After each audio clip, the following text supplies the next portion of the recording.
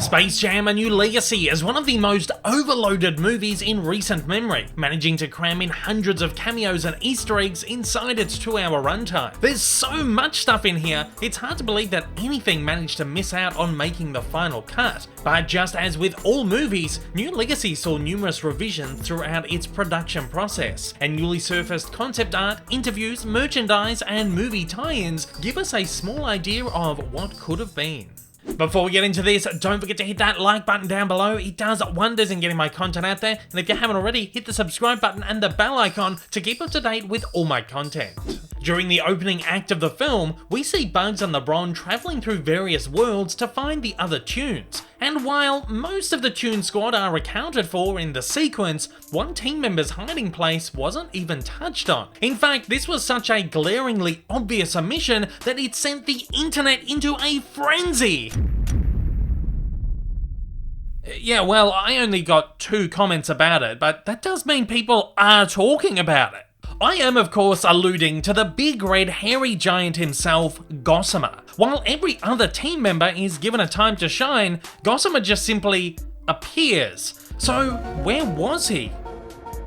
Well, according to the recently published comic adaptation, he was hiding away in a Scooby-Doo world, as one of the monsters being hunted by Scoob and Mystery Inc. While these characters aren't seen in the comic, as Gossamer runs into Marvin's spaceship, Bugs remarks, "Come on Doc, no room for meddling kids on this team." Another piece of dialogue reads, like, "What kind of monster wears running shoes?" Clearly a line attributed to Shaggy. Of course, novelizations and comic adaptations are not always the best sources, given authors are often given some artistic license. However, we can't look past the fact that most adaptations are written while a film is in production, and authors are usually working off early screenplay drafts, meaning occasionally some later excised material manages to slip in. Given that we have no other explanation for Gossamer's sudden appearance, this seems to make quite a bit of sense. Another character whose location scene was drastically cut was Foghorn Leghorn. While he does appear emerging from the Game of Thrones world dressed as Daenerys and riding a dragon, nothing else from the world is explored. Well, according to concept artist Dave Alvarez, there was originally quite a bit more to this scene. Taking to Instagram recently, Alvarez posted this piece of concept art from the sequence, even elaborating a little on the original intention, saying, "In the movie, Foghorn was supposed to be living inside the Game of Thrones world. The original idea was to have him as Stark, so I designed a couple of outfits for him. Bugs was supposed to appear as Littlefinger or show up in drags, posing as either Khaleesi or Sansa. At the end, the scene was cut and Foghorn appears extremely briefly as Daenerys riding a dragon." Of course, the most well-known omission from New Legacy is a scene starring classic tune Pepe Le Pew. According to a Deadline report which surfaced a few months before the movie's release, the scene featured Pepe in Casablanca world, where he was set to share a moment with actress and singer Grace Santo. Deadline detailed the scene, noting, Pepe, playing a bartender, starts hitting on a woman at the bar, played by Santo. He begins kissing her arm, which she pulls back, then slams Pepe into the chair next to hers. She then pours her drink on Pepe and slaps him hard, sending him spinning in a stool, which is then stopped by LeBron James's hand. James and Bugs Bunny are looking for Lola, and Pepe knows her whereabouts. Pepe then tells the guys that Penelope Cat has filed a restraining order against him. James makes a remark in the script that Pepe can't grab other tunes without their consent. Deadline further noted that the live-action portion had been filmed under the direction of Terrence Nance, though was excised by Malcolm D. Lee when he took over directorial duties after a few weeks of shooting.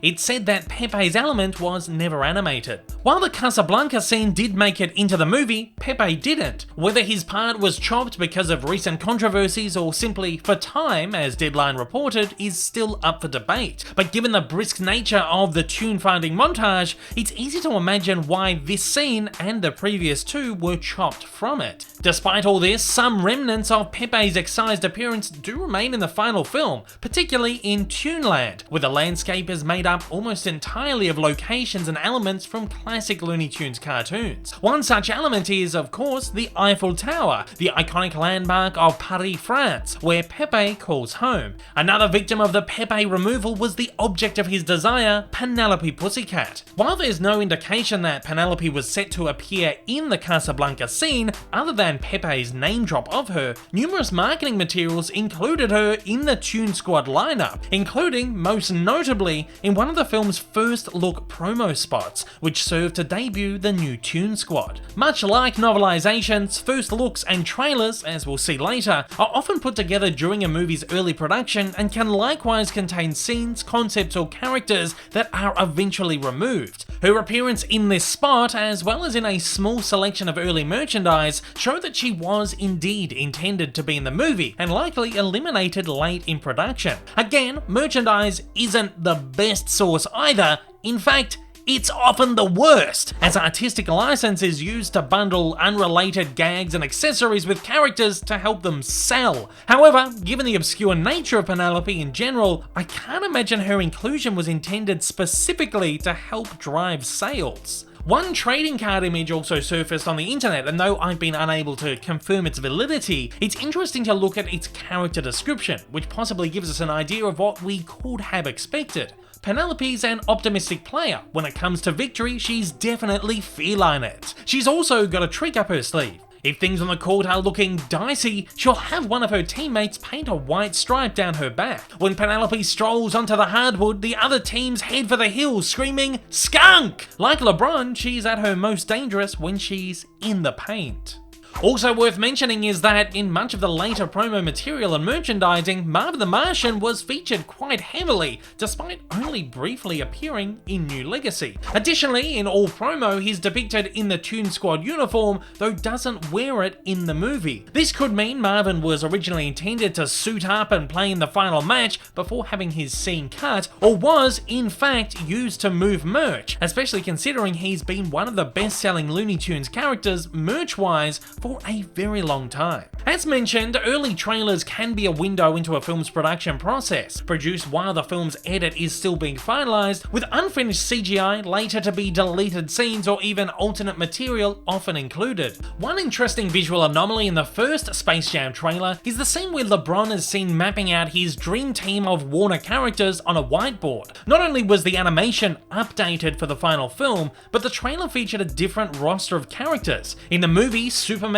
King Kong, The Matrix's Trinity, Batman, and Iron Giant are all listed, while in the trailer, Gandalf from The Lord of the Rings appears in place of Trinity and Batman, perhaps alluding to deleted appearances from Lord of the Rings characters or a deleted Middle-earth sequence. In fact, in the comic adaptation, LeBron is seen dressed as Gandalf during the Warner 3000 pitch sequence, inferring there could have been a possible LeBron of the Rings parody in the script at one point. Additionally, an early piece of concept art by visual design artist Sergio Mancinelli also includes Mad Max, of course alluding to the world where Roadrunner and Wile E. Coyote are found. All this likely means is that throughout production, artists were simply shuffling around characters and ideals they felt would suit best. However, yet another version of this is seen in the comic adaptation, where the only characters LeBron jot down are Justice League members, Superman, Batman, and Wonder Woman, though this is likely just because the comic was a DC publication and it was easier to use their own characters instead of seeking copyright of others. While other IP may have been cleared for the film, it's possible they weren't for merchandise or publication. In fact, if you take a look at the tune finding sequence in the comic, none of the movie spoofs mention the movies directly and instead present sly parodies that manage to avoid copyright. Additionally, during the basketball match, no famous faces are seen in the crowd, which was, a pretty huge part of the movie.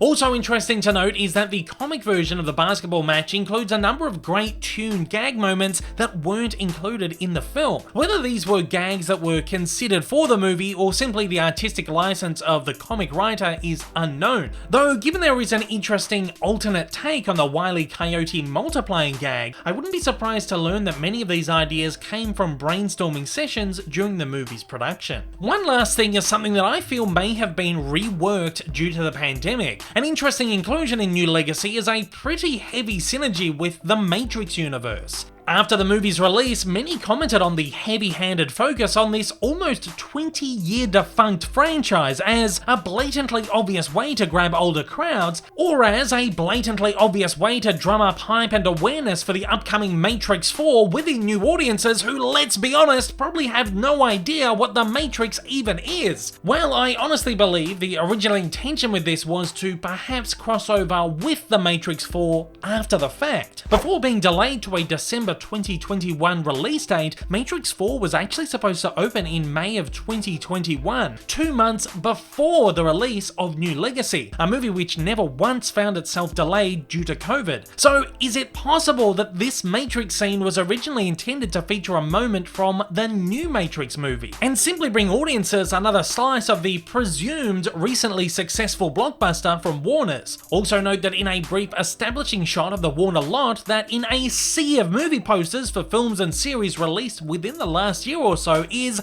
this one for 2003's Matrix Revolutions. I imagine that this was possibly intended as a placeholder for a Matrix 4 poster, but given that at the time of release, one was yet to be revealed officially, this super generic Matrix franchise poster was likely used instead. And that brings us to the end of this deleted scenes breakdown. If you've enjoyed this video and want to dive deep into the history of all your favourite toons, take a look at my continuing Cartoon Evolution series, where I've covered plenty of the Looney Tunes crew. Also, I have a bunch of other New Legacy videos you can indulge in as well, so don't forget to check them out too. These are all linked above and at the end. So at that, I'd like to know, what scenes do you wish would have been kept in the final cut of New Legacy, and what are the moments had you hoped to see but didn't? Fire away down in the comments below and let me know your thoughts.